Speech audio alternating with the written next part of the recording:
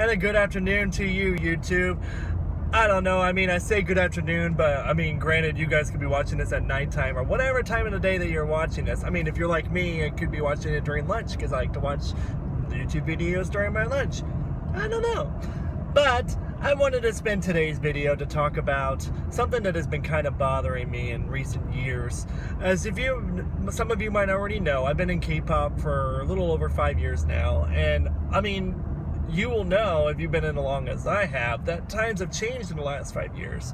Changed tremendously with the amount of groups, the oversaturation, the dividedness. I'll say that for another video though. But pretty much everything, but I wanted to focus my attention on is how music video reviews and journalism have evolved. Obviously with trends, what's popular right now is the reaction videos, people giving the play-by-play and making sure that you're getting that self-confirmation that your precious bias is being positively reviewed, right? That's all most people really want to watch. Make sure that they say, oh my god, you have to like it because I love it too, right? Well, I don't know. I feel like in the beginning, when I first got into K-pop, Icher Kimchi and Simon Martina and Linzer Denzer, and just to name a few, used to do music video reviews, but they used to be critical, including even the journalists. They used to be critical. But as time has gone on, the criticism has pretty much gone out the window. And as a result, I feel what's unfortunate is that the integrity and honesty and people actually having an opinion about things is no longer there. Because, let's face it, K-pop community, this may come as a shock to you, but some of them, are pretty fucking batshit crazy. It's, you know who you are. It's, some of you are, because it's kind of scary. Because if ever anything is said about someone's bias, whether it be some sort of constructive criticism, as I don't like that vocal, I didn't like this beat here, or whatever it may be, that just seems to piss off and turn everyone into a raging fucking bitch, and I'm gonna kill him and do the death threat and kill you. That's pretty much what it turns into. Unfortunately, as a result, the fun is sucked out. It's like a vacuum.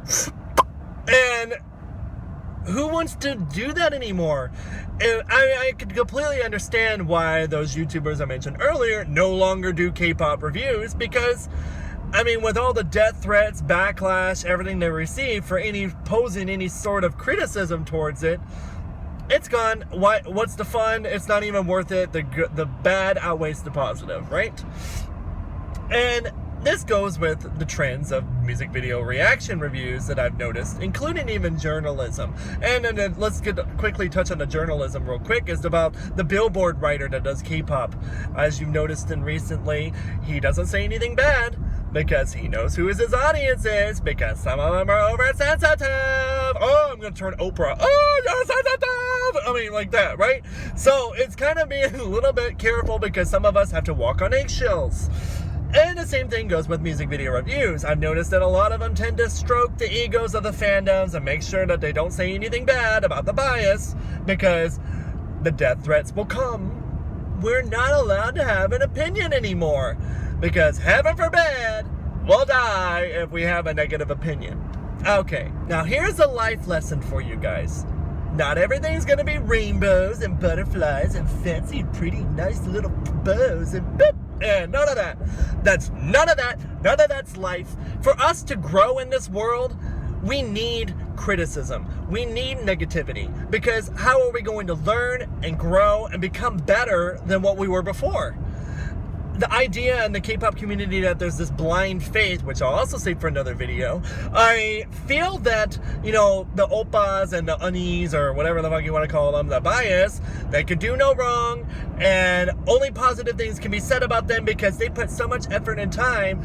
But even in the end, it's like, oh my god, I fucking hated that song. That was terrible. That was the worst thing. I want to bash my ears out, but it's my oppa. He can do no wrong. I love them. That's pretty much how it turns out to be.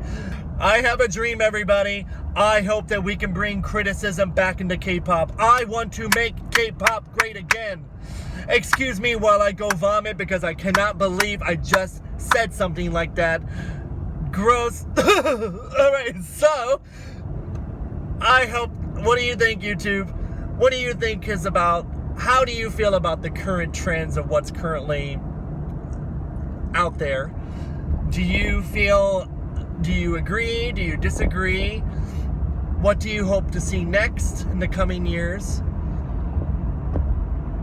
I'm rambling, clearly. I don't know what I'm saying anymore. So I'm just going to stop it right there before I pretty much put a foot all the way down my mouth and down my throat and I can't get it back out because that would be an awful sight because I'm supposed to be driving and paying attention to the road. Let me know. Thanks for watching. Bye! 언젠가 멈출 테니까